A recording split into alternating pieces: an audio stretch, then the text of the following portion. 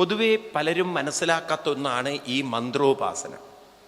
എന്തിനാണ് മന്ത്രങ്ങൾ ചൊല്ലുന്നത് എന്ന് ചോദിച്ചാൽ, ഭാരതീയ ഋഷിവര്യന്മാർ മറ്റു മതങ്ങൾ പഠിപ്പിക്കുന്ന രീതിയിലല്ല. മറ്റു മതങ്ങളൊക്കെ ഈ നാമം അല്ലെങ്കിൽ അവരുടെ പ്രാർത്ഥനകളൊക്കെ ചെയ്യുമ്പോൾ അവരെ പഠിപ്പിച്ചു കൊടുത്തിരിക്കുന്ന ഒരു കാര്യം, ഇതൊക്കെ ചൊല്ലുന്നത് ഏതോ ദൈവത്തിനെ പ്രീതിപ്പെടുത്താനാണ്. ഹിന്ദുക്കളും അങ്ങനെയാണ് കുറേ പരിശീലിച്ചിരിക്കുന്നത്. അപ്പം നമ്മൾ അമ്പലത്തിൽ പോകുമ്പോഴൊക്കെ പണ്ടൊക്കെ നമ്മൾ ബ്ലൈൻഡ്ലി നമ്മളെ പഠിപ്പിച്ച കുറേ നാമങ്ങൾ പറയും എന്നല്ലാതെ മനസ്സിലുള്ള അസ്വസ്ഥതകൾക്ക് യാതൊരു കുറവുണ്ടാവില്ല. അപ്പം നിങ്ങൾ എന്തെങ്കിലും മോഹം വെച്ചിട്ടാണ് അമ്പലത്തിൽ പോകുന്നതെങ്കിൽ നാമം ചൊല്ലുമ്പോഴൊക്കെ എന്നാലും കൃഷ്ണ, എന്നാലും ശിവ, എൻ്റെ കാര്യം മറക്കരുത്, അത് തന്നേക്കണം, എന്നെ ഞാൻ എത്ര വേണമെങ്കിലും ജപിച്ചോളാന്ന്.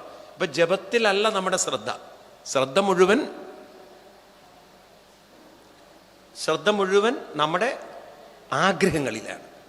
എന്നാൽ നമ്മൾ അറിയണം, സുഖം എന്ന് പറയുന്നത് അനുഭവിക്കാനാണ് ജപിക്കുന്നത്, ആനന്ദം അനുഭവിക്കാനാണ് ജപിക്കുന്നത്. ഈ ആനന്ദം, സുഖം എന്ന വാക്കിൻ്റെ ഒക്കെ അർത്ഥം ഒരേ ഒരു അർത്ഥമേ ഉള്ളൂ എല്ലാറ്റിനും. എന്താണ്? മനസ്സിൻ്റെ ലയമാണ് സുഖവും ആനന്ദവും. ഈ ഒരൊറ്റ വാക്ക് നിങ്ങൾ ഓർത്തു വെച്ചാൽ മതി. നിങ്ങൾക്ക് സുഖം വേണോ? മനസ്സ് ലയിച്ചാൽ മതി. അതാ ഞാൻ പറഞ്ഞത്, അതിൻ്റെ ഒരു പ്രൂഫ് എന്ന് പറയുന്നത്, തെളിവെന്ന് പറയുന്നത് ഉറക്കം മാത്രമാണ്. ഉറക്കം മാത്രം നോക്കിയാൽ മതി നിങ്ങൾ. എന്താണ്?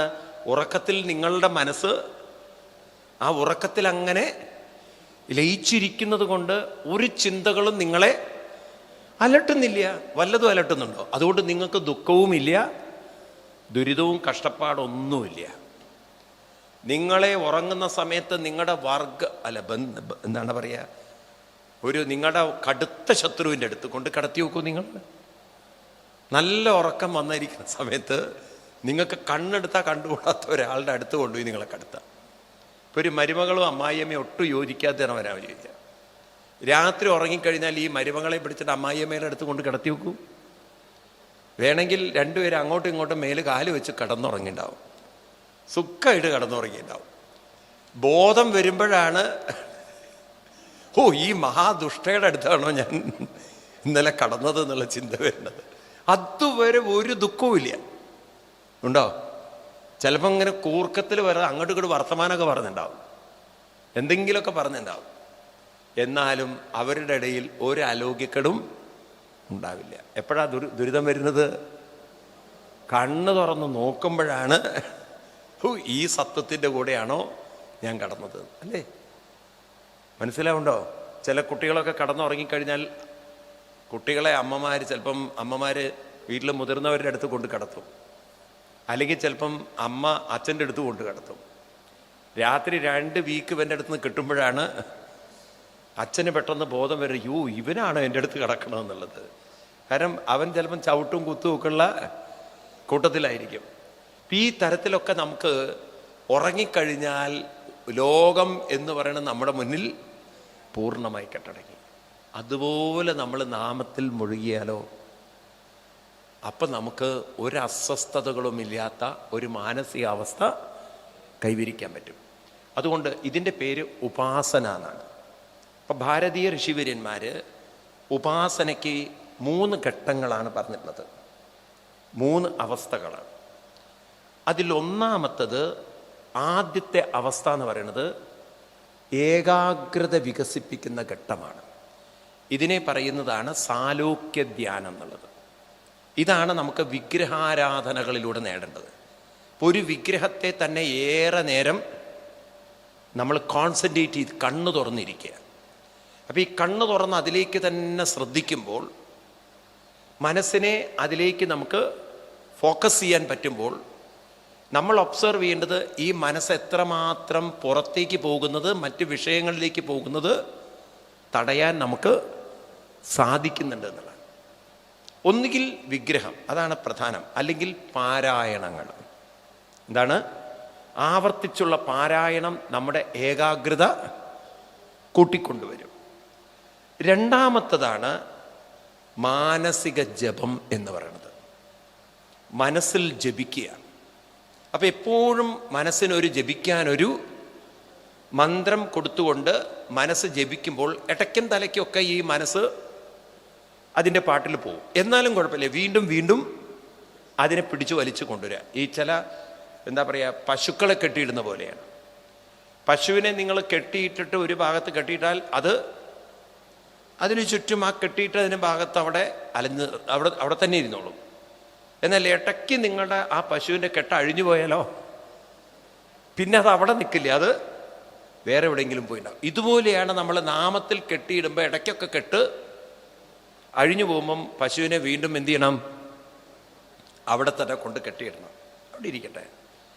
മൂന്നാമത്തൊരു ഘട്ടമുണ്ട്, ഇനി ആസ്വാദനം എന്ന് പറയും. ആസ്വാദനം എന്ന് പറഞ്ഞു കഴിഞ്ഞാൽ ജപിച്ച് ജപിച്ച് ജപിച്ച് ജപിച്ച് ജപിച്ച് ജപിച്ച് ഒരവസ്ഥ എത്തുമ്പോൾ മനസ്സങ്ങനെ കെട്ടടങ്ങാൻ തുടങ്ങും.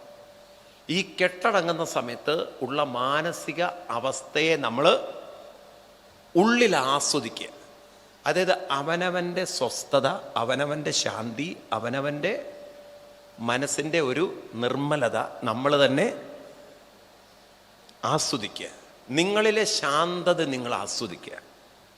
ഈ ഒരു അവസ്ഥ വരും തോറും നമുക്ക് ഉള്ളിലുള്ള സുഖത്തെക്കുറിച്ച്, ആനന്ദത്തെക്കുറിച്ച് കൂടുതൽ അനുഭവബോധ്യം വരും.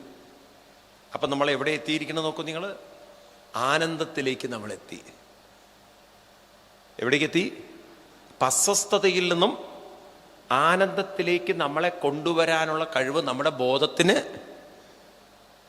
ഉണ്ട്. ഈ കഴിവിനെയാണ് നമ്മൾ ഒരു രൂപത്തെ വെച്ച്, നാമത്തെ വെച്ച്, ഉള്ളിലുള്ള ശാന്തി ആസ്വദിച്ചുകൊണ്ട് നമ്മൾ മനസ്സിനെ പാകപ്പെടുത്തി കൊണ്ടുവരുന്നതെങ്കിൽ ആനന്ദം അനുഭവിക്കാൻ ഇവിടെ എല്ലാവർക്കും കഴിവുണ്ട്.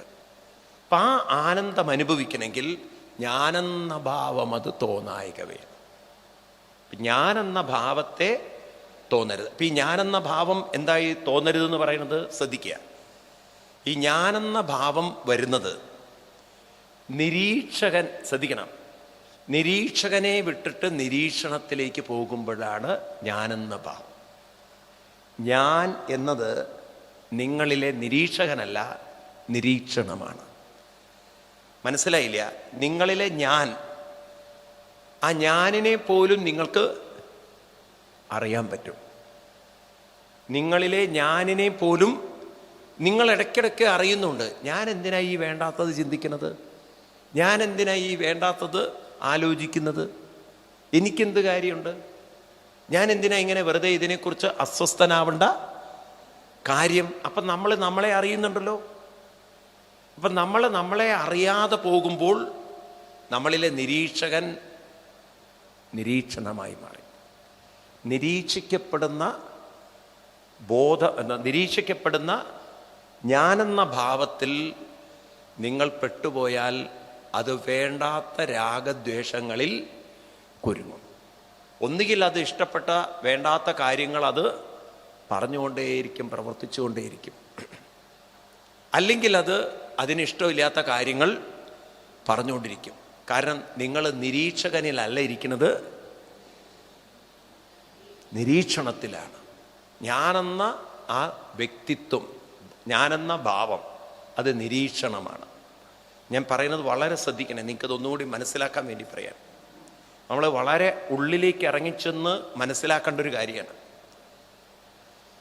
നമ്മളിലൊക്കെ ഉള്ളൊരു ഭാവമാണ് എന്ത്? ഞാൻ ഞാൻ ഞാൻ. എല്ലാവരും എപ്പോഴും അവനവനെക്കുറിച്ച് ചിന്തിക്കുന്നുണ്ട്. പക്ഷെ ഞാനിനെക്കുറിച്ച് നമ്മൾ പറയുമ്പോൾ ഈ ഞാൻ എന്ന് പറയുന്നതിനെക്കുറിച്ച് നമുക്കൊരു ബോധമില്ലേ? മനസ്സിലായില്ല? എന്നിലെ ഞാൻ എന്ന് പറയുമ്പോൾ എനിക്ക് എന്നെക്കുറിച്ചൊരു ബോധമുണ്ട്. നിങ്ങൾ നോക്കൂ, ആ ബോധത്തിൻ്റെ കാഴ്ചപ്പാടിൽ നിന്ന് ഞാൻ പോയി കഴിഞ്ഞാൽ പിന്നെ ഞാൻ എവിടെ ഇരിക്കുന്നത് അറിയോ? എനിക്ക് ഇഷ്ടപ്പെട്ടതും ഇഷ്ടപ്പെടാത്തതുമായ മറ്റ് ചിന്തകളിലാണ്. അപ്പം ഞാൻ ഏതോ ചിന്തകളിലേക്ക് അങ്ങനെ ഇറങ്ങിപ്പോയി. പിന്നെ ഞാൻ എല്ലാം മറന്നു. ഞാൻ ആ ചിന്തകളിൽ അങ്ങനെ മുഴുകിച്ചേരുകയാണ്. എന്നാൽ എപ്പോൾ എനിക്ക് തിരിച്ചറിവ് വരുന്നു, ഞാൻ എന്തിനാ എൻ്റെ സമയം ഇങ്ങനെ വേസ്റ്റാക്കി കളയണം? അപ്പം ഞാനിലേക്ക് വീണ്ടും തിരിച്ചു വന്നു. അതോടുകൂടി ഞാൻ അതുവരെ ചിന്തിച്ചതെല്ലാം മാറ്റിക്കൊണ്ട് ഞാൻ മറ്റൊരു കാര്യത്തിലേക്ക് എന്നെ തിരിച്ചുവിടുമ്പോൾ ഈ ഞാനിനെ ശ്രദ്ധ തിരിക്കണമെങ്കിൽ നിങ്ങളിൽ ഞാനിനെ മാറ്റിയെടുക്കാനുള്ളൊരു ഉൾക്കാഴ്ച വേണോ വേണ്ടയോ? എൻ്റെ ചോദ്യം അതാണ്. ഞാനൊരു കാര്യത്തിൽ മുഴുകിയിരിക്കുന്നു. ആ കാര്യം എനിക്ക് ഇപ്പം നിങ്ങൾ നാമം ചൊല്ലുന്നു. നാമത്തിൽ അങ്ങനെ മുഴുകിയിരിക്കുമ്പോഴാണ് നിങ്ങൾക്ക് ചെയ്യേണ്ടതായിട്ടുള്ളൊരു കാര്യമുണ്ടെന്ന്, എന്തോ ഒരു ഉത്തരവാദിത്തപ്പെട്ട ഒരു കാര്യമുണ്ട്. ആർക്കെങ്കിലും മരുന്നെടുത്ത് കൊടുക്കലേ അല്ലെങ്കിൽ ആർക്കെങ്കിലും ഒരു ഫോൺ ചെയ്യലോ ഉത്തരവാദിത്തപ്പെട്ട കാര്യം. ഈ ഉത്തരവാദിത്തപ്പെട്ടൊരു കാര്യം നിങ്ങളുടെ മനസ്സിലേക്ക് കടന്നു വരുമ്പോൾ ഉടനെ തന്നെ നിങ്ങൾ ആ ധ്യാനമോ ജപമൊക്കെ നിർത്തി നിങ്ങളുടെ ആ ഒരു കാര്യം ഉടനെ ചെയ്യാൻ തീരുമാനിക്കുമ്പോൾ നിങ്ങളിലൊരു നിരീക്ഷകനില്ലെങ്കിൽ നിങ്ങൾക്കത് സാധിക്കുമോ? നിങ്ങളിലൊരു നിരീക്ഷകനുള്ളതുകൊണ്ട് അതുവരെ ജപിച്ചുകൊണ്ടിരുന്ന നിങ്ങളെ നിങ്ങൾ ആ ജപത്തിൽ നിന്ന് മാറ്റുന്നു. അതല്ലെങ്കിൽ അതുവരെ വേറെന്തോ വർത്തമാനം പറഞ്ഞുകൊണ്ടിരുന്ന നിങ്ങൾ അതിൽ നിന്നും നിങ്ങളുടെ ശ്രദ്ധ തിരിക്കുന്നു. അപ്പം ഇതിൽ സുപ്പീരിയർ ആയിട്ടുള്ളത് ആരാണ്? ഞാനാണോ നിരീക്ഷകനാണോ? അപ്പം ഞാനെന്ന് പറയുന്നത് നമുക്ക് വ്യവഹാരങ്ങളിൽ വേണം. വ്യവഹാരം ചെയ്യണമെങ്കിൽ ഞാൻ വേണം. പക്ഷെ ആ വ്യവഹാരത്തിൽ നിന്നും പുറത്ത് കടക്കണമെങ്കിൽ, ആവശ്യമില്ലാത്ത വ്യവഹാരങ്ങളിൽ പോവാതിരിക്കണമെങ്കിൽ ഈ ഞാനെന്ന ഭാവത്തോടൊപ്പം എന്നെ നിരീക്ഷിക്കുന്ന ബോധമാകുന്ന നിരീക്ഷകനും വേണം. ബോധമാകുന്ന നിരീക്ഷണം അവിടെ ഉണ്ട്. പക്ഷെ നമ്മുടെ നിരീക്ഷണത്തിൽ ആര് വേണം? ആ ബോധമുണ്ടാവണം. അപ്പം ആ ബോധത്തിലെ നമ്മൾ ഓർത്തുകൊണ്ട് അറിഞ്ഞുകൊണ്ട് മനസ്സിലാക്കിക്കൊണ്ട് നമ്മൾ ഞാനെന്ന ഭാവത്തിലൂടെ കടന്നു പോകുമ്പോൾ ഈ ഞാനെന്ന ഭാവം എപ്പോഴും നമുക്ക് എടുക്കാനും സാധിക്കും, വിടാനും സാധിക്കും. എടുക്കാൻ പ്രയാസമില്ല, പ്രയാസം വിടാനാണ്. ഇത് സാധിച്ചുവോ ജീവിതത്തിൽ വലിയ ദുരിതങ്ങളെ നമുക്ക് കട്ടി കുറയ്ക്കാം. കാരണം നിങ്ങളുടെ ഞാനെന്ന ഭാവമാണ് നിങ്ങളെ വിഷമിപ്പിക്കുന്ന ചിന്തകളെ അഭിനിവേശം ആവർത്തിച്ച് ചിന്തിക്കുന്നത്. എന്നാൽ നിങ്ങൾ ഒരു ചോദ്യം നിങ്ങളോട് ചോദിച്ചാൽ മതി, ഞാൻ എന്തിനാണ് ഇതെല്ലാം ചിന്തിച്ചു കൂട്ടുന്നത്? അപ്പം നമ്മുടെ ശ്രദ്ധയെ നമുക്കതിൽ നിന്നും മാറ്റിയെടുക്കുമ്പോൾ നിങ്ങളിലെ നിരീക്ഷകൻ, അതുവരെ നിങ്ങളിലുള്ള ഞാനെന്ന ഭാവത്തിൽ കുരുങ്ങിക്കിടന്ന നിങ്ങൾ അതിൽ നിന്നും നിങ്ങളെ പുറത്തേക്ക് കൊണ്ടുവരുമ്പോൾ നിങ്ങളുടെ അതുവരെ അനുഭവിച്ച വലിയ ദുരിത ദുഃഖങ്ങൾക്കൊരു ശമനം ഉണ്ടാക്കി തന്നു. അപ്പം നമുക്ക് തന്നെ നമ്മളെ ക്യൂർ ചെയ്യാൻ, നമുക്ക് തന്നെ നമ്മളെ ദുരിതങ്ങളെ മാറ്റിയെടുക്കാൻ ഒരു ശക്തി നമ്മളിലുണ്ട്. അതുകൊണ്ട് എന്തു പറഞ്ഞു? ഞാനെന്ന ഭാവം അതു തോന്നുക. അപ്പം ഞാനെന്ന ഭാവം തോന്നരുതെന്ന് പറഞ്ഞാൽ എന്താ അർത്ഥം? തോന്നരുതെന്നാണോ? അതിൻ്റെ സ്ഥൂലാർത്ഥം എടുക്കരുത് നിങ്ങൾ. ഞാനെന്ന ഭാവം ആർക്കാ തോന്നാതിരിക്കുക? ഞാനെന്ന ഭാവത്തിലേ നമുക്ക് ലോകവുമായി ഇടപഴകാൻ പറ്റുള്ളൂ. നമുക്ക് വേണ്ടത് എന്താണ്? ഞാനെന്ന ഭാവത്തെ നിരീക്ഷിക്കാൻ സാധിക്കലാണ്. ഞാനെന്ന ഭാവത്തെ നിരീക്ഷിക്കാൻ സാധിക്കണം. അപ്പം നമുക്ക് ആവശ്യമുള്ളതും ആവശ്യമില്ലാത്തതും വേണ്ടതും വേണ്ടാത്തതും തിരിച്ചറിഞ്ഞുകൊണ്ട് വേണ്ടാത്തതിൽ നിന്നും വേണ്ടുന്നതിനേക്കാൾ വേഗതയിൽ നിന്നും പുറത്ത് കടക്കാൻ നമുക്ക് സാധിച്ചാൽ നമുക്ക് ദുരിത ദുഃഖങ്ങളൊക്കെ ഉണ്ടെങ്കിലും അതിൻ്റെ സ്വാധീനതയുടെ തീവ്രത കുറയ്ക്കാൻ പറ്റും. മനസ്സിലാവുണ്ടല്ലോ? ഇതൊരു വലിയ ശക്തിയാണ്. ഇന്നത്തെ കുട്ടികളൊക്കെ ഈ നാമജപമൊക്കെ പരിശീലിച്ചാലുണ്ടല്ലോ ഒരു വലിയ മാറ്റം ജീവിതത്തിൽ ഉണ്ടാക്കാം. ഈ നാമജപം വെറുതെ അമ്പലത്തിൽ പോയി ജപിച്ചാൽ പോരാ, അതിലേക്ക് നല്ലവണ്ണം ഇറങ്ങിച്ചെന്ന് നമ്മൾ ആസ്വദിച്ച് മുഴുകി ചെല്ലുമ്പോൾ ഇത് തന്നെയാണ് പല ദുഃഖ ദുരിതങ്ങളിൽ നിന്നും പുറത്തു കടക്കാനുള്ളൊരു മാർഗം. ഇതല്ലാതെ ആർക്ക് നമ്മളെ ആശ്വസിപ്പിക്കാൻ പറ്റും?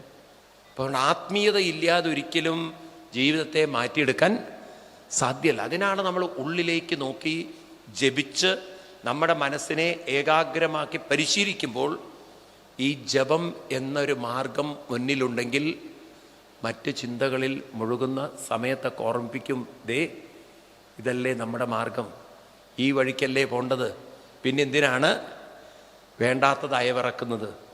ഇത് നമുക്ക് നിരീക്ഷിച്ചുകൊണ്ട് നമ്മളെ മാറ്റിക്കൊണ്ടുവരാൻ നമുക്ക് സാധിക്കും. മനസ്സിലാവുണ്ടല്ലോ? അപ്പം ഞാനെന്ന ഭാവം തോന്നരുതെന്ന് പറഞ്ഞു കഴിഞ്ഞാൽ അർത്ഥം എന്താണ്? ഞാനെന്ന ഭാവത്തിൽ തോന്നരുത്. അതിൽ തോന്നായിക വേണമിക. തോന്നായിക വേണമിക എന്ന് പറഞ്ഞാൽ അതിനെ തന്നെ നമുക്ക് തോന്നരുത് എന്ന് വെച്ചാൽ എപ്പോഴും അതിൽ തന്നെ മുഴുകിയിരിക്കരുത്.